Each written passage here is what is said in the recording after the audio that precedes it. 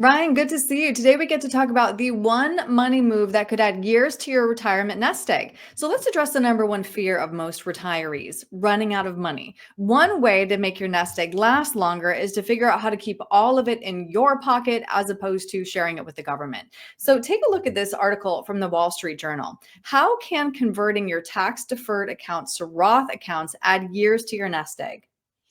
Well, the nice thing certainly about having money in a Roth IRA is that the money can grow tax deferred. And as long as you take it out in the form of a qualified distribution, then you can take that money out tax free. So, not having to pay taxes on that money year by year, or ultimately later on when it grows to a higher amount, and not having to pay taxes can certainly help make your money last longer because you're now you need to withdraw less because you don't need to pay taxes in order to meet those expenses. Mhm. But the key thing here is that the decision on whether to convert or not to convert, it really needs to be made on a case by case basis.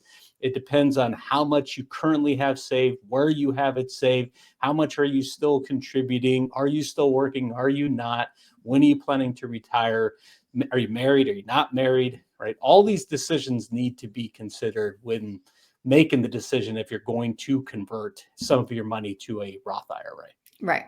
So I was surprised to learn that Roth conversions actually saw a 44% jump in 2024. People want to take advantage of today's historically low tax rate. However, President-elect Trump has pledged to extend his 2017 tax cuts. So should we still be considering a conversion?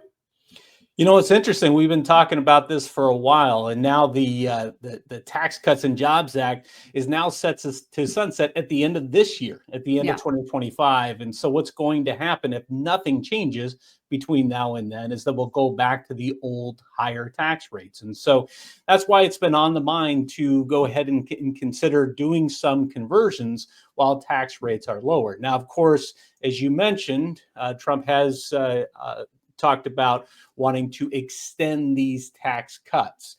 And I think that it's probably likely, but although we don't know for sure, we'll have to see how all this plays out. But definitely something that he wants to do. And on both sides, the Senate and the House, that there is Republican control. So I can certainly see this getting extended beyond this year. But again, we'll just have to kind of watch and see.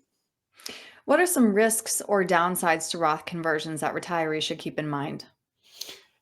Well, one of the big things to keep in mind with that is that sometimes I come across situations where people are thinking they need to convert perhaps even more money to that Roth IRA than they probably should.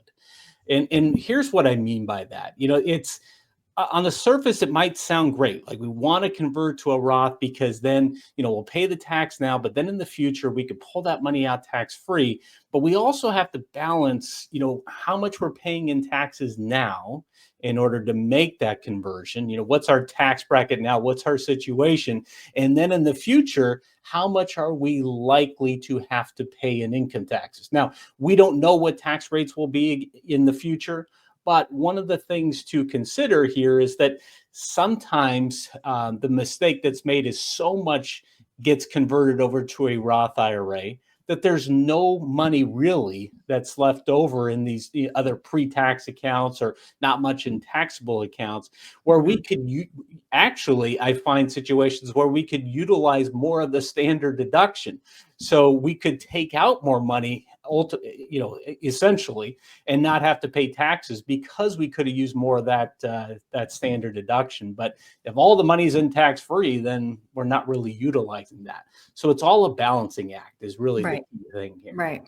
No cookie cutter answer. So if somebody wants to crunch Yeah. the numbers with you, Ryan, how can they get a hold of you?